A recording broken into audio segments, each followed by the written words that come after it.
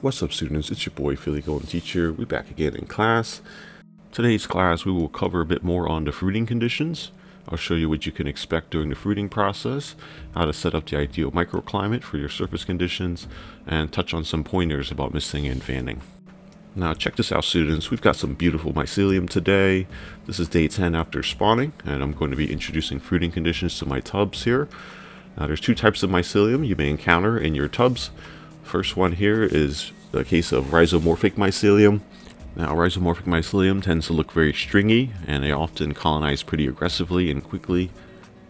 Now, your tub might not always look like this. A lot of the way mycelium looks has to do with the genetics that you're working with.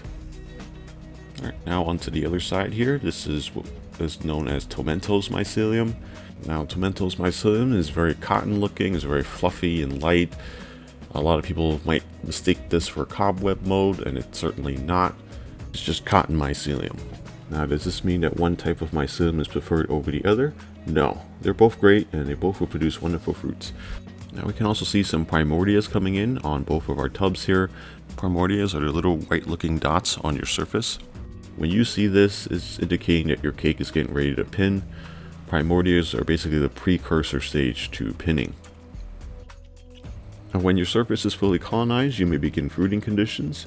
You want to set your surface conditions by making sure there's hundreds of water beads on the surface. Most times you achieve this automatically if you gave your tub a good misting right after spawning. But if not, and it looks a little dry, then you want to give your tub a good mist to set it. Here I'm using a Flairosol mister. I find these to work best as it creates really fine water beads compared to your traditional spray bottle. You can find these on Amazon. I'll have links to them in the description if you want to go pick one up yourself. I'm going to give them a light mist about a feet or two away from the tub to allow the water beads to slowly fall down onto the surface. I'll mist until I see droplets staying on the surface. Now, you don't want to over mist and cause any water to pool up in the tub. If you have some water pools in your tub, you want to blot it out with some paper towels to remove the excess moisture. Now, here's what your ideal surface conditions should look like. What's going to happen now is you're going to add passive fresh air exchange, and that's going to cause these water beads to evaporate. And once these water beads evaporate, it's going to create the perfect microclimate conditions to promote primordia and pin growth. Now, you can achieve the passive fresh air exchange when you flip the lid on the tub and leave a little gap for the exchange to happen.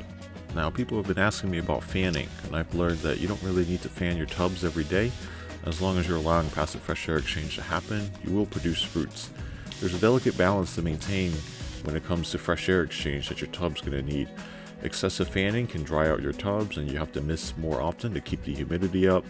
Most times, if you leave them alone, it will help keep the humidity in the tub, and your fruits will have the ideal humidity and fresh air exchange to grow. Now, on the flip side, if you don't fan them at all, your fruits end up producing a lot of fuzzy feet due to the excess carbon dioxide that's building up inside of the tub. As mushroom fruits grow, they produce a lot of CO2, and it's a good idea to open them up once every other day and clear out the excess CO2 so they can thrive off a new supply of oxygen. That pretty much covers what you need to know about the ideal fruiting conditions. Check in on your tubs every few days and mist if the beads are drying up. Otherwise, just leave them alone with the lid flipped and you'll produce fruits. Trust me, the less you do with it, the better off most times. When you fiddle with it too much, you increase your risk of contamination.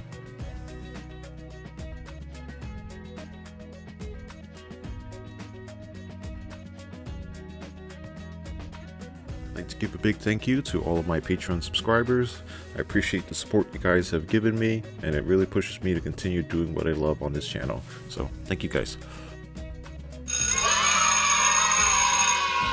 Thanks for watching. If you guys enjoyed the content, please hit the like button. Leave comments below and subscribe for more videos. If you want to discuss and learn more about mushrooms and mycology, come join us over on the Discord server. And if you want to show some support by becoming a golden student, you can check out my Patreon. All links will be in the description below. I'll see you guys in the next video.